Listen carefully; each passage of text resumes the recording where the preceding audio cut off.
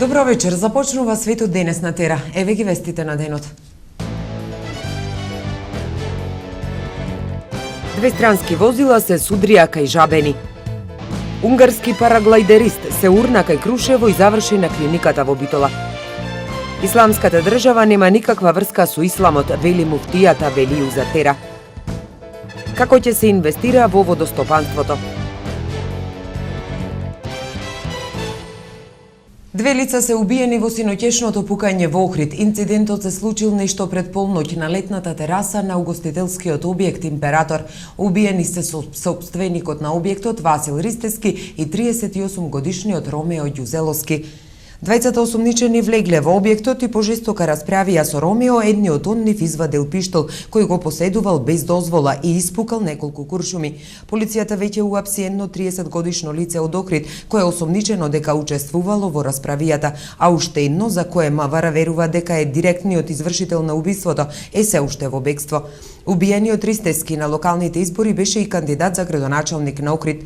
Од Охридската полиција соопштија дека осумничениот веќе и е познат на полицијата како сторител и на други кривични дела. Ова е второ двојно убиство кое го потресе Охридскиот регион месецов. Во екот на туристичката сезона прво се случи двојното убиство во Вевчани, а синоќа последното во Охрид. Две странски возила се судрија кај Жабени. Синоќа нешто после 22 часот се случи сообраќајна незгода на патот кон државната граница со Грција. На раскрсницата која води за селата Жабени и Егри дошло до судир на две возила.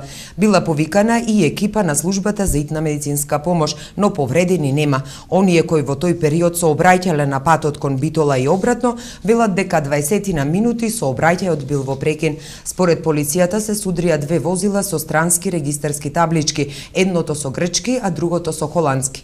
Денеска полицијата ќе поднесе пријава против еден од учесниците во сообраќајката. Тешка кражба во Ресенско. Вчера во селото Козјак Ресенско во куќа собственост на лицето со иницијали АМ, непознат сторител извршил тешка кражба, при што одзел разновиден златен накид, 5000 шведски круни, 19500 дански круни, 20 австралиски долари, 200 американски долари, 20 канадски долари, 200 евра и 700 евра.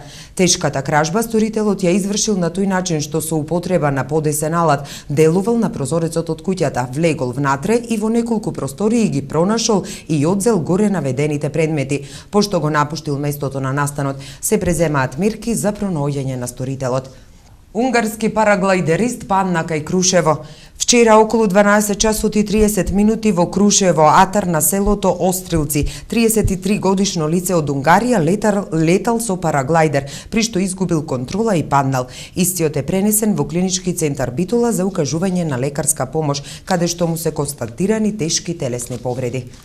Управата за водостопанство ќе изработи 10 годишен акционен план. Со него е предвидена изградба на големи брани, мали акумулации, рехабилитација и санација на постоечката инфраструктура. Маја Богоевска. Денес во Битола се одржа регионална расправа за 10 годишниот акционен план и инвестиции во водостопанството организирана од Управата за водостопанство на Македонија. Градба на големи брани, изградба на мали акумулации, рехабилитација, санација на постоечката инфраструктура.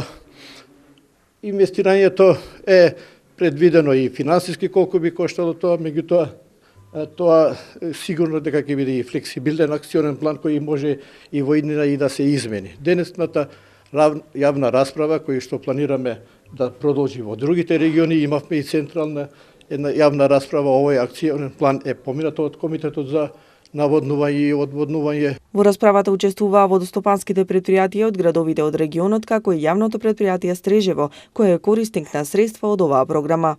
Од 2014 година негде со сума до околу 80 милиони денари во насока на поддршка на нашите активности за реализација на нашите планови, и тоа во делот на изградба на нови капацитети, меѓутоа и реконструкција на постоечките.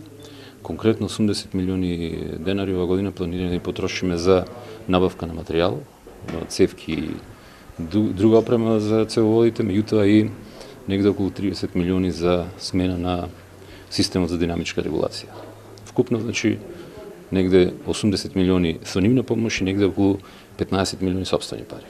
Според директорот на управата за водостопанство, инвестирањето во водостопанството е важен аспект и затоа планираат секоја година да го зголемуваат наводнувањето на површините, квалитетно производство на земјоделски производи, помали загуби на вода и сите корисници навремено да бидат снабдени со чиста и квалитетна вода. Заводот Кочо Рацин во Битола ја прошири својата дејност, така што освен деца со оштетен слух и говор ќе може да згрижува и деца со други проблеми во развојот.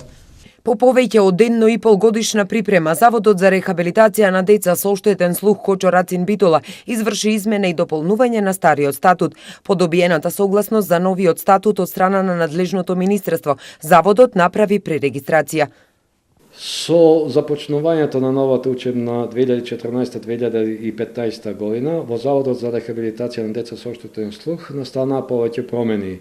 Една од најначалната промена е проширување на неговата дејност и со тоа станаа општествено покорисна установа. Порано Заводот го носеше името Завод за рехабилитација на деца со оштетен слух, а сега со проширувањето на дејноста го носи називот Завод за рехабилитација на деца со оштетен слух, говор, глас и други проблеми во развојот. Согласно новиот статут, прифаќањето на децата во Заводот започнува од 3-годишна возраст. Рехабилитационо-воспитно-образовната работа во Заводот се организира и реализира за деца ученици со проблеми во телесниот, сензорен или моторен развој и за деца ученици со проблеми во психичкиот развој. Првиот оддел е поврзан со клиничкиот дел од нашата работа. Тоа е оддел за аудиорехабилитација, логотерапија и психосоцијална рехабилитација за деца до основно образование. Како новина во новата учебна година се јавува вториот оддел, тој носи име подготвителен оддел за деца. Значи за деца од 3 до 6 годишна возраст. Говориме за деца, бидејќи статус ученик се стекнува после запишувањето во прво одделение. Се намалува хронолошката возраст на опфат на учениците кои имат потреба од услуги на нашиот завод. Во овај оддел, додава Насевски, ќе се врши припрема на одделен број на деца за инклузивно образование во редовниот воспитно-образовен систем.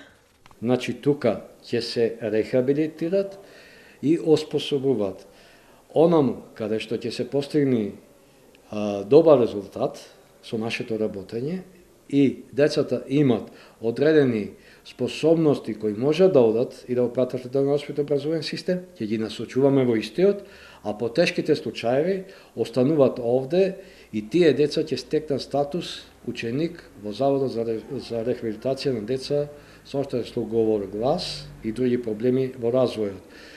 Опфатот на децата учениците во Заводот бил екстерен, полудневен, екстерен дневен или со продолжен престој и интернатски, вели Насевски. Во вториот уписен рок слободни места во Долната гимназија, Земјоделското, Медицинското и Техничкото училиште. Уписите се в понеделник. Во 4 средни училишта во Битола има слободни места за идните средношколци. Во јунскиот рок биле пополнети сите предвидени места во гимназијата Јосип Брз Тито, Економското и Музичкото училиште, вели Снежана Петровска, советник за образование во општина Битола. Додава дека и годинава кај учениците најголем интерес предизвикува гимназиското образование и покрај апелот кој што беше упатен од страна на Министерството за образование пред јунскиот уписен рок да се избира стручно образование поради барањата на компаниите да вработуваат веќе обучен стручен кадар кој може да одговори на предизвикот на брзиот развој на технологијата. Вториот августовски уписен рок ќе се одржи на 25 август, наместо првичната најава од Министерството за образование да биде на 21 август. Значи сите оние 8 одделенци кои што не успеа да се запишат во јунскиот уписен рок, тоа ќе можат да го направат на 25 август, а резултатите од уписот ќе бидат објавени на 26 август. Оние ученици кои поради било кои причини нема да се запишат и во овај уписен рок, тоа ќе имаат можност да го направат до крајот на август во продолжениот рок. Се разбира доколку остане непополнет бројот на предвидените слободни места. Во Македонија од 2008 година средното образование е задолжително, а за оние родители чии деца нема да се запишат, казната изнесува 1000 евра. Еве што ќе гледате во продолжение. Исламската држава нема никаква врска со исламот, вели муфтијата Велију Затера. И за други теми покусата пауза, останете со нас. Вашето мислење нам ни е важно, затоа што Тера телевизија е на страната на гледачите. Искажете ги вашите ставови на нашиот веб-портал tera.mk. Дали листеријата ја промени секојдневната исхрана? Да, без сува меснати производи. Внимателно се избира храната? Не. За резултатите од анкетата читајте на tera.mk или гледајте во вестите на Тера телевизија.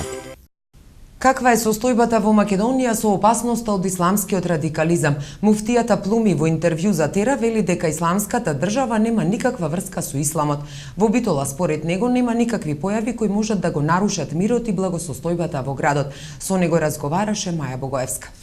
Господине Велију, деновиве актуелна темата припадници на исламската заедница Македонија и војувањето во Сирија и Ирак. Неодамна ИВЗ повика на МВР да интервенира во џамиите, бидејќи имате сознание дека има лица кои што врбуваат членови на исламската заедница, кои ги носат да се борат во Сирија и Ирак. Точно е дека последните денови веќе многу е актуелна ситуацијата во општата ситуација во светот, која дефинитивно значи има и големо влијание во нашата држава, поготово во регионот. Меѓутоа, јас заради волја на вистината и заради тоа што граѓаните на Република Македонија имаат право да ја знаат вистината и да ја знаат што се случува, морам да кажам дека во моментот во Република Македонија има неколку само маргинални групи и изолирани поединци кои не можат да функционираат и да ја постигнат својата цел. Меѓутоа тоа не мора да значи дека истото не може да се разгори утре, значи веќе утре. Што се однесува до борбата на исламската верска заедница во Република Македонија, јас морам да кажам дека исламската заедница во Република Македонија последните 15-20 години е единствената институција која се бори против ова девијантна појава, која денес ние ја сметаме како незначителна, како неопасна, меѓутоа може преку ноќ да биде опасна, односно веднаш уште после завршувањето на војната во Босна и Херцеговина. И сега имаме ситуација кога Македонија во регионот е најбезбедната земја и најсигурната земја по овој поглед. Зошто? Затоа што перманентно единствено исламската верска заедница со нејзините некаде повеќе околу 8.000 секојдневни активисти, почнувајќи од одборите на џамиските одбори, од муезините, од имамите, од предавачите, ваизите, професорите во средните училишта, професорите на факултетот, перманентно се борат против ова девијантна појава, што не е случај во Босна и Херцеговина, не е случај во Косово, додека тамошните министерства за внатрешни работи и тајни служби се бореа за искоренување на ваквите појави, тамошните исламски верски заедници остануваа индиферентни, индолентни, едноставно незаинтересирани.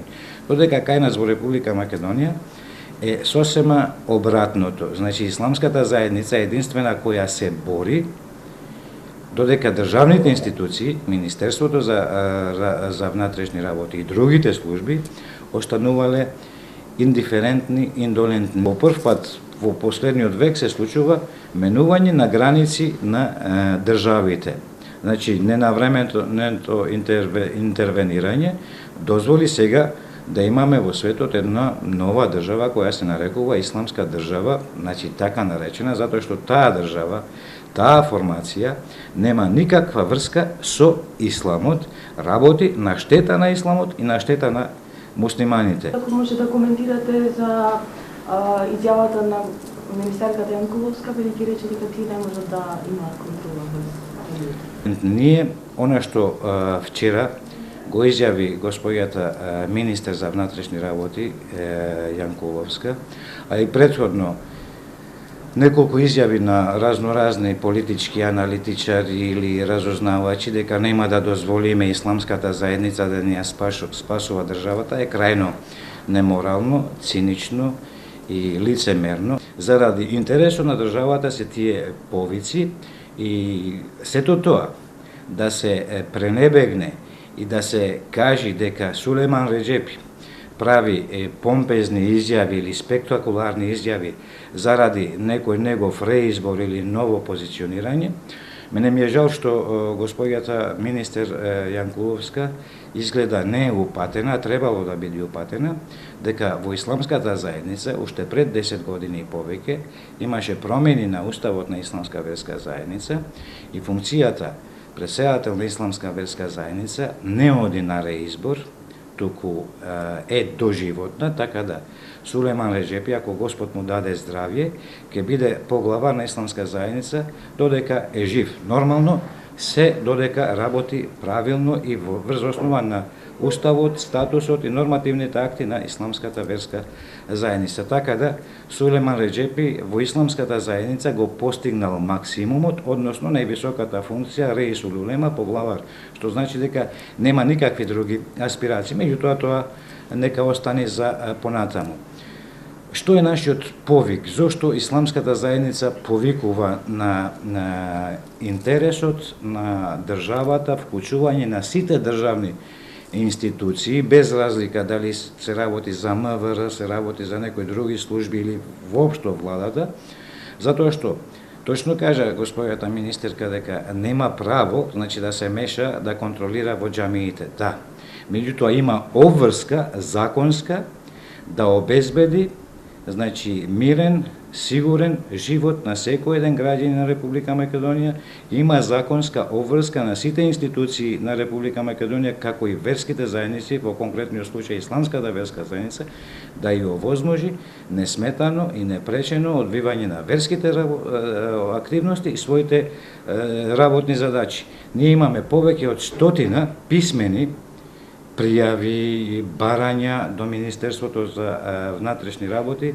за интервенции во разноразни случаеви каде што се именувани лица и поединци со име и презиме. Имаме повеќе од 100 медиумски настапи каде што сме се обидувале да ги представиме и на граѓаните на Република Македонија вистинските случувања. И често пати сме кажале дека во случај ако нешто се случи, што не би го посакувале да се случи, дека Исламската заедница нема да сноси никаква одговорност. МВР точно знае кои се тие лица, како функционираат тие лица, од каде земаат пари, од кои сметки им доаѓаат пари. Значи МВР се многу повеќе информирани од нас во овој случај, меѓутоа зошто не преземаат мерки, тоа е сепак нивна работа. Од Република Грција секојдневно ни доаѓаат разноразни луѓе кои ние ги нарекуваме емигранти, вакви, такви или не знам кој, меѓутоа никој од нас не знае што тие кријат во себе, која е нивната мисија. Значи доаѓаат од секаде, а единствена институција која се бори против нив е Исламската верска заедница. Во Битола нема такви појави. Имало мали обиди за инфилтрирање или поголеми обиди за инфилтрирање на такви екстремни структури, меѓутоа благодарение на припадниците на исламот на Битола, значи огромна благодарност до припадниците на исламот, до муслиманите на Битола, голема благодарност до мојата екипа, значи вработените во муфтиството на Исламска верска заедница, преди се моите имами, односно оџи, кои во ниту еден момент не дозволија инфилтрирање на такви структури во рамките на битолските џамии, во рамките на семејствата на муслиманите. Така да битолчани треба да го знаат ова, дека заедно ќе се бориме против секаква девијантна појава и против секој обид да се наруши мирот и благосостојбата во нашиот град. Со новиот предлог закон кој го усвои владата на вчерашната седница, предвидени се затворски казни за учество во странски војски, паравоени формации, параполициски формации и полиција. Министерката за внатрешни работи Гордана Јанкуловска истакна дека новите измени во законот кои ќе бидат доставени до собранието се во насока на јакнење на системот и националната безбедност, како и во борбата против глобалните закани, особено тероризмот. Со новите законски измени јасно е прецизирано дека тој што ќе создава и организира превоз, опремување, обучување на лица или група, ќе биде казнет со најмалку 5 години затвор. Исто толкава казна е предвидена за онај кој ќе нуди, бара, дава, прибира фондови или финансиски средства за овие цели. Со најмалку 4 години затвор ќе бидат казнети оние кои ќе учествуваат или ќе се обучуваат за воено дејствување надвор од Македонија. Најмалку 4 години затвор новиот закон предвидува и за лица кои собираат, организираат преку социјалните мрежи снимки, аудио или видео на кое повикуваат или врбуваат лица за учество во овие формации. Со закон ќе биде казниво помагањето и обидот за овие дела. Јанкуловска потенцираше дека во законот нема да бидат опфатени лица кои имаат државјанство од тие земји или лица кои учествуваат во меѓународно признати мисии. Брехтовата мисла, уметноста не е огледало на кое се гледа реалноста, туку чекан со кој треба да се обликува. Е мотото на годинашното 9-то издание на фестивалот на современи уметности АКТО, кој почнува денеска во Битола. За ова со Филип Јовановски, уметнички директор.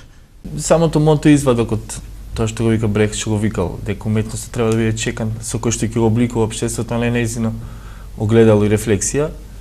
И на тој начин, уствари, преку таа тема сакаме и преку програмата да го преиспитаме тој однос на врската помеѓу уметноста и општеството.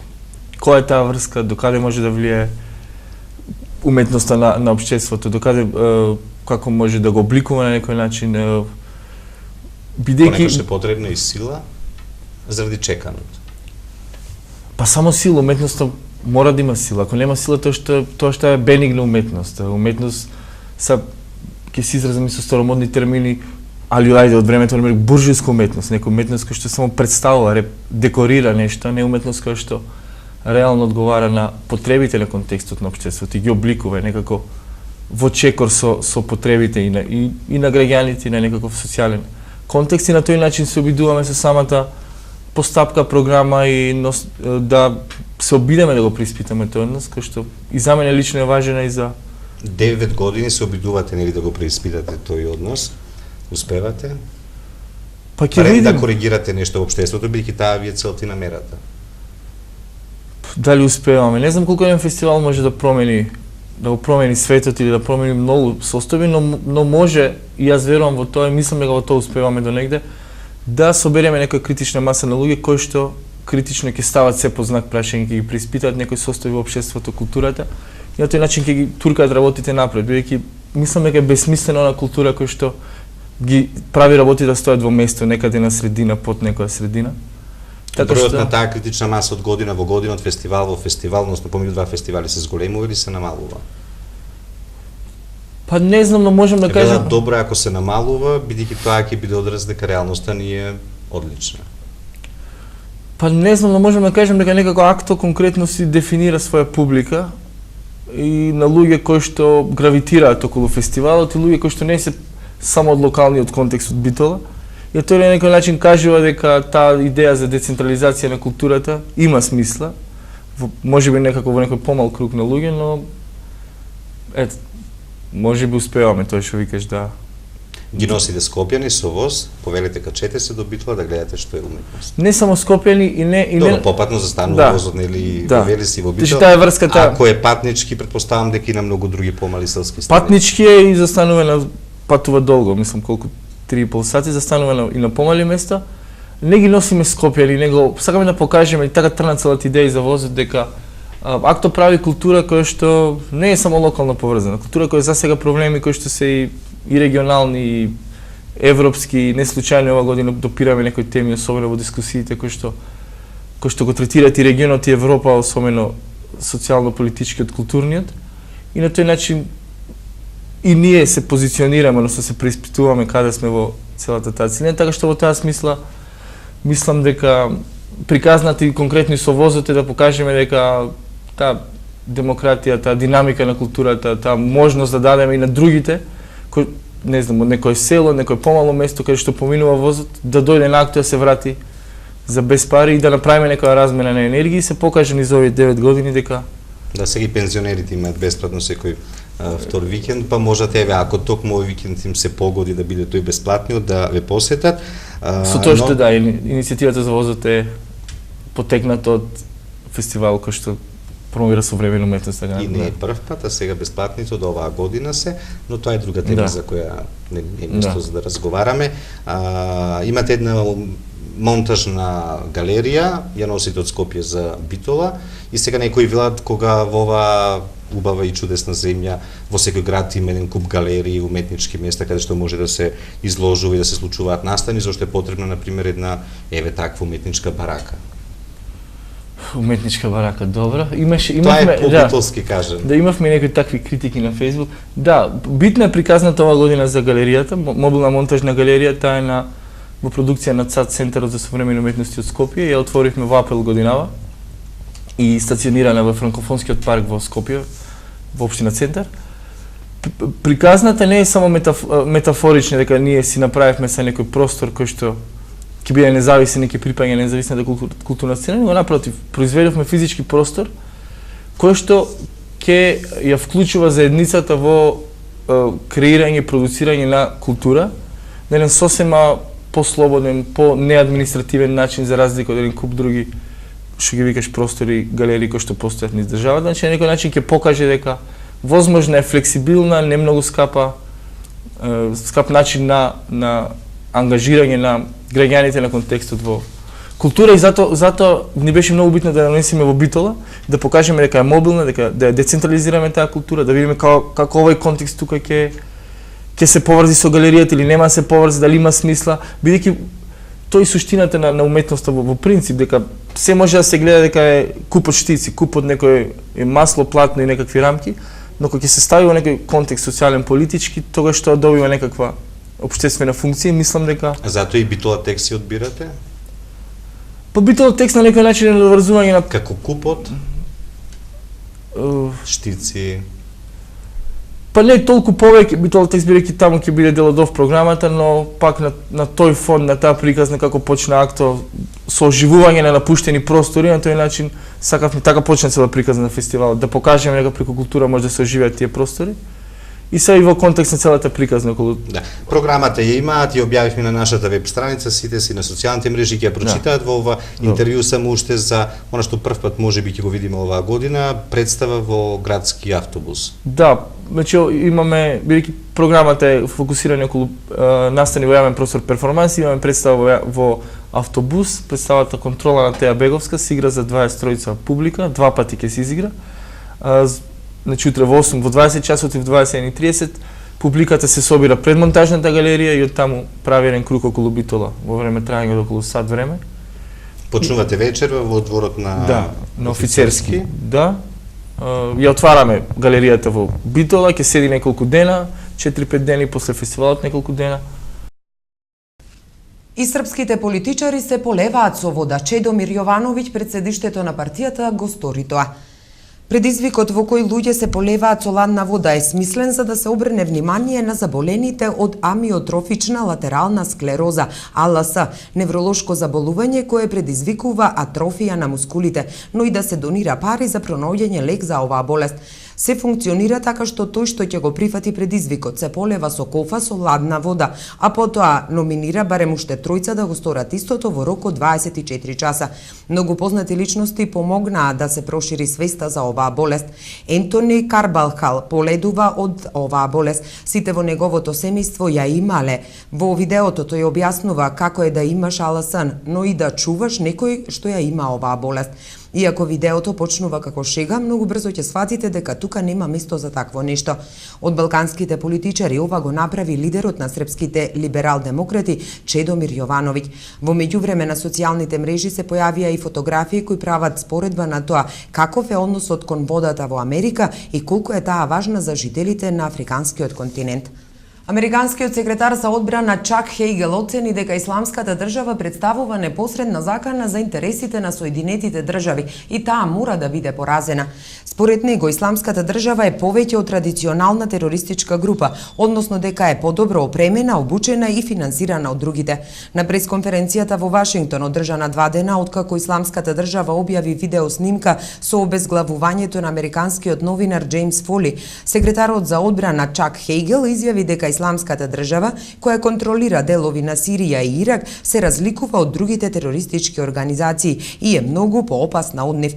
Се сомневам дека многу луѓе помислиле оти ден пред 9-11 имало голема закана. Тоа се случи пред неколку години. Оваа земја е подобро подготвена од тогаш, но и тероризмот сега е пософистициран. Исламската држава е нешто сосема поинакво од она што можеме да го видиме до сега. Рускиот конвој влезе во Украина, помош или инвазија? Неколку десетици камиони од конвојот за кој Москва вели дека е наменет за помош на источна Украина, из утрината влегоа на украинска територија. Тие биле без придружба на Црвениот крст. Официјална Москва соопшти дека била уморна од чекање и ги обвини властите во Киев за изнаоѓање разни начини и изговори за да го одложи влегувањето на камионите во Украина. Портпаролот на украинската армија Андрий Лисенко изјави дека конвојот влегол на украинска територија без согласност или учество на представници на Црвениот крст. Црвениот крст соопшти дека не го придржува конвојот поради несигурната безбедносна ситуација на истокот на Украина. Шефот на украинската безбедносна служба Валентин Наливајтенчко изјави дека движењето на камионите представува директна инвазија на Украина од страна на Русија. Тука е крајот на светот денес. Ви благодариме за вниманието. Имајте пријатен викенд со Тера телевизија.